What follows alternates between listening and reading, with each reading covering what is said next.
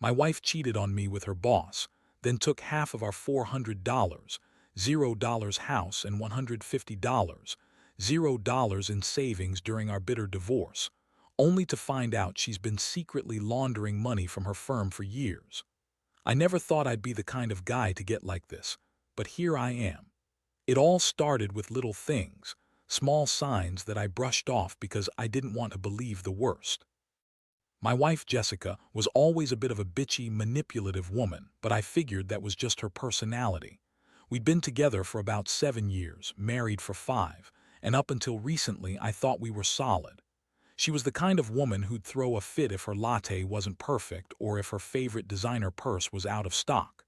Still, I loved her, or at least I thought I did. But then I started noticing little inconsistencies. Jessica became more secretive with her phone, always turning away when I tried to look at it. She'd get defensive if I asked about her whereabouts or who she was texting. At first, I thought maybe she was just stressed at work or dealing with some personal stuff. She's a manager at this marketing firm and her boss, Mark, is an absolute dick, always throwing his weight around, acting like he owns the place. I never liked him, but Jessica insisted they were just colleagues. Still, I couldn't shake the feeling that something was off. One night, I came home early from work. I'd been feeling a little under the weather, so I decided to surprise her. I expected her to be at her usual after-work drink with colleagues, but instead I found her car parked outside our house. That wasn't unusual, but what caught my eye was her phone lying on the coffee table, screen lit up with a message from someone named Mark. The message was simple: "Can't wait to see you tonight, it's been too long." My stomach sank. I knew instantly what I was looking at. My wife was cheating on me with her boss. I didn't say anything at first. I just watched her from the doorway as she texted back, then headed into the bedroom, acting innocent when I asked her about her evening plans. She lied effortlessly, saying she was at a client dinner that she'd been working late, but I knew better. The signs were there: her evasiveness, the secret calls, her phone always hidden. It was like a puzzle I couldn't ignore anymore. I started digging through her emails, her phone, her social media. The more I looked, the clearer it became. Jessica was having an affair with Mark. That's when everything changed. I felt like I'd been punched in the gut, not just because she was cheating, but because she lied so easily, so convincingly. She's always been good at manipulating people, at making herself the victim. And now she was lying about everything: her work, her nights out, her feelings. The betrayal cut deep, but what hurt even more was realizing how long she'd been doing this behind my back. I found messages from months ago, flirty, suggestive, intimate. She was sleeping with her boss and probably had been for a while. I confronted her the next morning, and her reaction was nothing I expected. Jessica, the woman I married, the woman I thought loved me, looked me straight in the eyes and everything. She called me paranoid, jealous, insecure. She told me I was imagining things, that she loved me and would never do something to hurt me, but I had all the evidence. Her phone records, the emails, the texts. I showed her everything, and her face twisted into this contemptuous smirk. She told me I was crazy, that I was overreacting, that she'd never cheat on me, but I knew her too well. She's a liar, a manipulator, and she's been lying to me for months. The shock of it all was overwhelming. I felt anger rising in my chest, boiling over. How could she do this? After everything we built, after all the years I spent working hard to give us a good life, she was just throwing it away with her boss. The betrayal wasn't just about the affair. It was about the lies, the deception, the way she made me feel like I was losing my mind. I had trusted her, and she'd used that trust to hide her secret life. I looked at her that morning and knew I couldn't keep going like this. I had to make a decision, but I didn't know what that decision would be yet.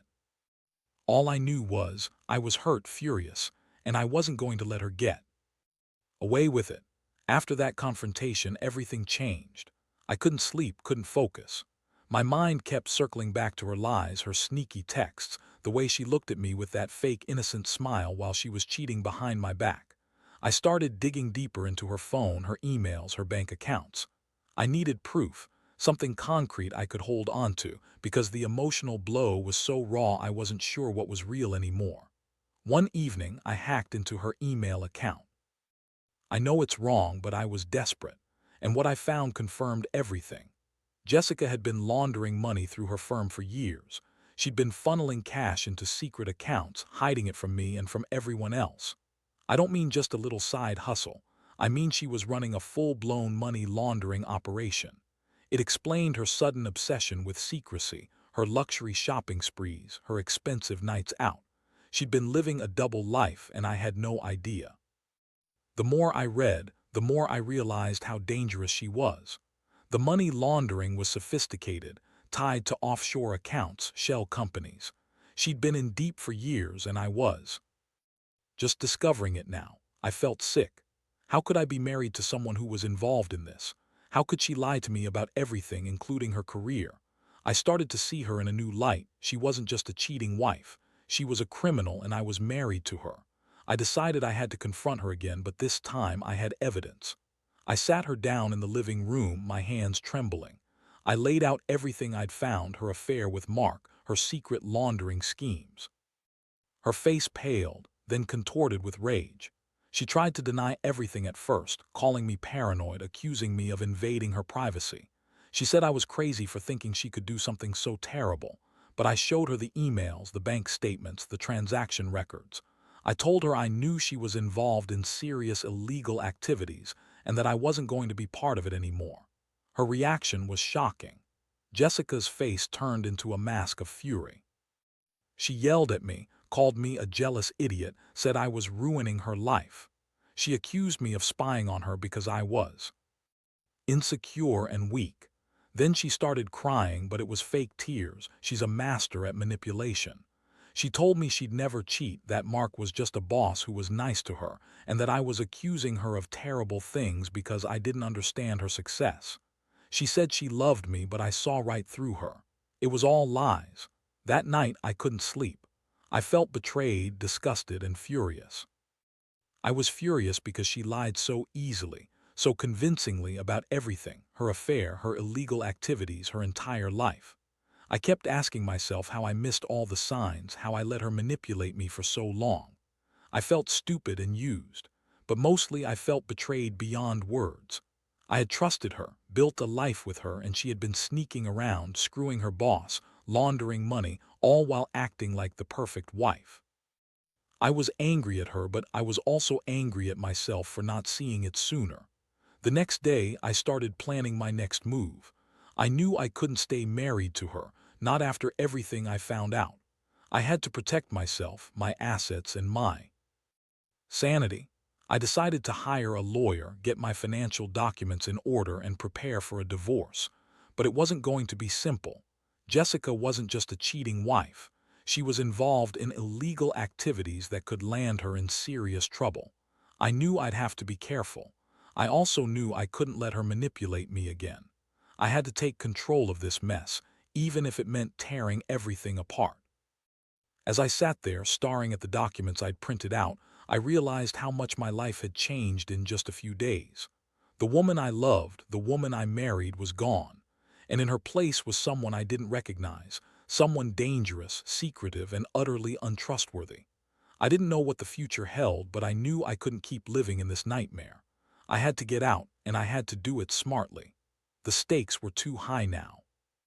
Jessica's lies had caught up with her, and I was determined to make her pay for the affair, for the deception, for the money she stole, and the life she nearly destroyed.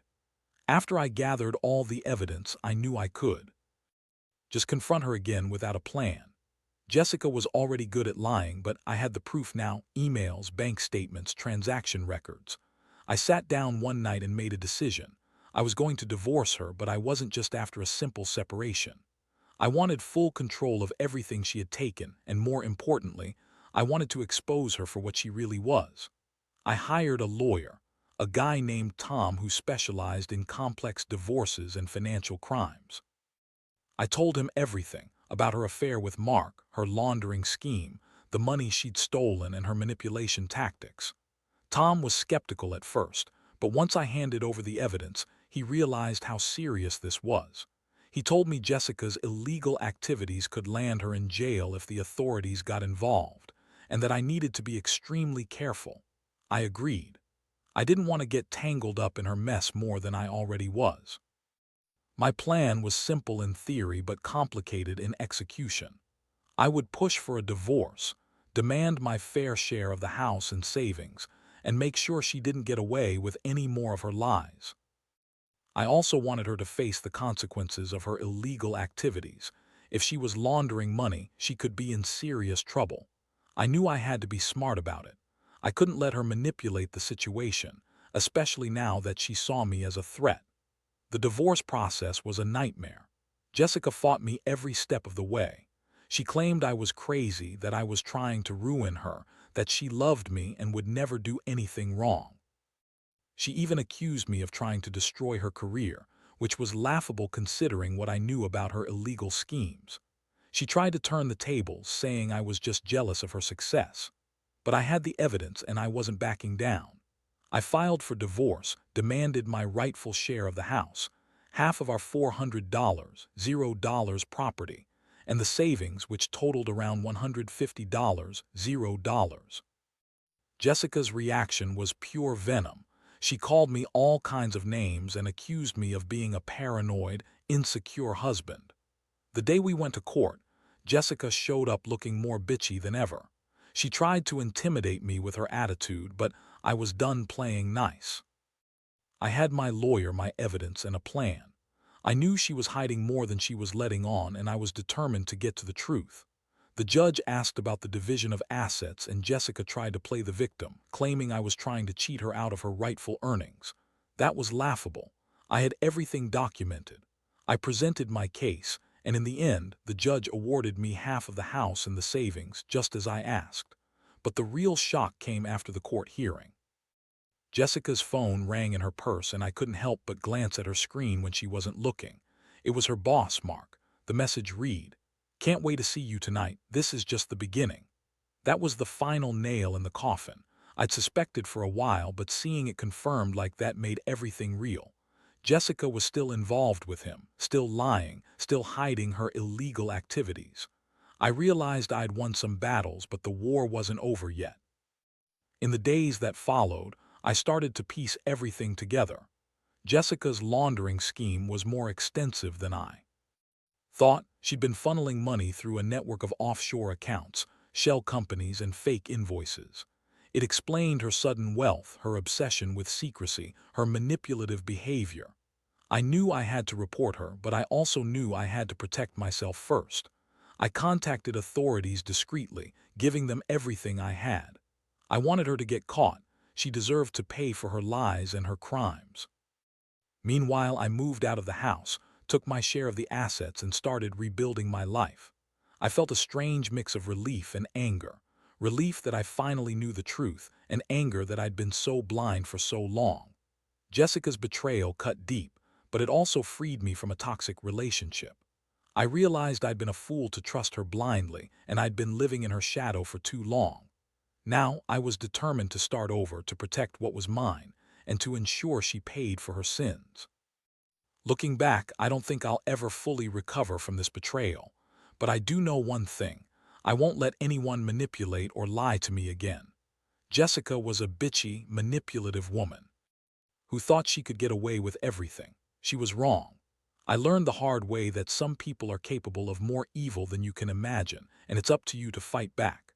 I hope anyone reading this takes away that trust is fragile, and if you see the signs, don't ignore them. Because once the truth comes out, there's no going back.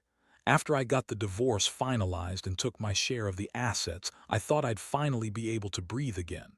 But the nightmare wasn't over, not by a long shot.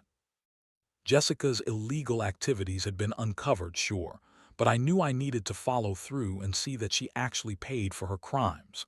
I handed everything over to the authorities, and within a few weeks, I started hearing back from the federal agents. They had everything they needed, and it was only a matter of time before Jessica faced serious charges. Meanwhile, I tried to move on, but the betrayal kept echoing in my mind. I couldn't shake the images of her sneaking around, lying to my face, and secretly laundering money. It made me question everything about our past, the good times, the trust, the love I thought we shared. Honestly, I felt like a fool. How did I not see it? How did I not realize the woman I married was capable of such deception? Every time I thought about her, my stomach clenched with anger and disappointment. One day, I decided to visit the house to pick up a few things. The place was eerily quiet, empty now that I was gone. As I walked through the rooms, I couldn't help but think about all the memories, good and bad, that still haunted me. I found a stack of her personal journals hidden in a drawer. I hesitated before opening them, but curiosity got the better of me. What I read confirmed everything I'd suspected: her manipulative ways, her lies, her obsession with money and status. But then I found something that shocked me even more. A detailed plan she'd been working on to expand her laundering operation, to make it even more secretive, more sophisticated. That's when I realized Jessica wasn't just a cheating wife. She was a criminal mastermind. She'd been involved in this illegal scheme for years, and I was just a pawn in her game. She used me, manipulated me, and probably would have continued to do so if I hadn't uncovered her secrets. I felt a mixture of relief and disgust. Relief because I finally saw her true nature, and disgust because I'd been so blind to it all. I decided I needed to cut all ties and go completely dark from her. I changed my phone number, blocked her on every social media platform, and cut off any contact. I wanted her out of my life for good. I also hired a private investigator to keep tabs on her, just to make sure she didn't try to pull any more tricks or get into deeper trouble. I had to protect myself, my reputation, and my future. The investigation revealed she had been funneling money into a network of offshore accounts, some in countries with strict banking secrecy laws. She'd set up fake companies, forged invoices, and used shell accounts to hide her earnings. The FBI was involved now, and I cooperated fully, providing them with all the evidence I had. It was a sickening feeling, knowing the extent of her criminal activity. I kept thinking about how she'd lied and manipulated everyone around her, including me. It made me feel sick to my stomach. Despite all this chaos, I started to rebuild my life. I got a new job, made new friends, and began therapy to process everything. It wasn't easy. Trusting anyone again felt impossible after what I'd been through. But I knew I had to move forward. I also made sure to secure my finances, change my legal name, and get a fresh start. I couldn't let her destroy me completely. Looking back, I realized that her betrayal was about more than just an affair. It was about deception on a massive scale. She thought she could keep her illegal activities hidden forever, and I was just another pawn in her game. But I got out in time, and now I was free from her lies, her manipulation, and her criminal world. Still, I carry the scars, emotional and mental, that come with discovering someone you loved was capable of such evil. But I also learned a hard lesson. Never ignore the signs, never trust blindly, and always watch your back. Because some people will betray you in ways you never imagined, and if you don't stay vigilant, they'll destroy everything you care about. After all the legal battles, investigations, and the fallout from Jessica's illegal laundering scheme, I thought I'd finally get some peace. But then, just when I thought I could start to rebuild my life, things took a sharp turn that I never saw coming. One day, I received an anonymous tip, an email that claimed Jessica had been involved in even darker stuff, beyond just laundering money. The message hinted at more serious crimes, stuff that could land her in jail for a long time. It was like a bombshell, and I had no idea whether to believe it or not.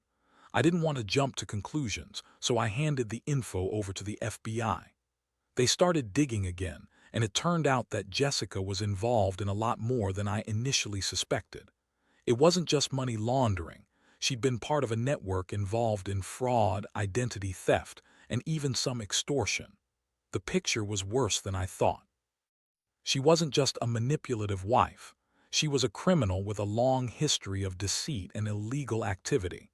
The FBI told me they were closing in on her, and I felt a strange mixture of relief and dread. Relief because I'd been right to cut her out of my life, and dread because I realized how dangerous she really was. She played me for a fool, but now I was starting to see that her lies were just the surface of a much deeper, darker web of crime. I knew I had to stay vigilant, protect myself, and maybe even prepare for the worst. Meanwhile, I started to piece together her entire life of deception. Her charm, her manipulative tactics, her obsession with money and power, they all made sense now. Jessica had always been calculating, always planning her next move. Her affair with Mark was just a small part of her bigger scheme. Her laundering was just the tip of the iceberg. I felt sick knowing I'd been so blind for so long, but at the same time, I was glad I finally saw the truth. I decided to go into hiding for a while. I changed my identity, moved to a new city, and cut off all contact with anyone who knew her. I needed to disappear from her radar, just in case she had any enemies or people she'd pissed off in her criminal network. I also hired a security firm to monitor my house and my online presence. I wasn't taking any chances. If she was involved in extortion or worse, I had to be prepared. The hardest part was accepting that I'd lost so much, my marriage, my trust, my sense of security. But I also realized that I was lucky to get out when I did. If I'd stayed longer, I might have been pulled deeper into her world of crime. I learned that the hard way. Some people are not just manipulative, they're dangerous. Jessica's greed, her lies, her criminal pursuits, they all made her a threat not just to me but potentially to others as well. Now I focus on rebuilding myself. I've gone through therapy and I'm trying to put the pieces of my life back together. I still have nightmares sometimes, visions of her smiling, hiding her secret life. But I remind myself that I'm better off without her. I've come a long way, and I know I'll never let anyone manipulate or deceive me again. But I also carry a deep sense of caution. The betrayal ran so deep that I now understand some people can hide their true nature for years, and you only see it when it's too late. That's the biggest lesson I've learned. Always be vigilant, always question the things that don't add up, and never ignore the signs of someone's true character, no matter how charming they seem on the surface. Because in the end, the truth will come out and the consequences can be devastating. Looking back now, I realize how close I was to losing everything: my marriage, my money, my peace of mind, and maybe even my safety. Jessica's betrayal went far beyond just cheating. She was involved in a web of lies, illegal activities, and manipulation that I never could have imagined. The worst part was how easily she lied, how convincingly she played the innocent victim when she was the mastermind behind it all. I spent months unraveling her secrets, fighting to protect myself from her schemes, and in the process, I learned some harsh truths about trust, deception, and human nature. The experience changed me. I used to be a trusting guy, believing that honesty and loyalty were the foundation of any relationship. Jessica proved me wrong. Some people are capable of incredible evil, hiding it behind a mask of charm and success. I learned that greed and a thirst for power can drive people to do unimaginable things, things that can ruin lives, destroy families, and land them in serious legal trouble. I also learned that sometimes, the best thing you can do is cut your losses and walk away. Jessica's lies had poisoned our entire marriage, and no amount of pleading or explanations could fix that. I had to prioritize my safety and well-being, which meant leaving behind a life that had become a lie. I took my share of the assets, filed for divorce, and started over in a new city where she couldn't reach me. It wasn't easy, but it was necessary. The aftermath has been I still think about her, sometimes with anger, sometimes with sadness.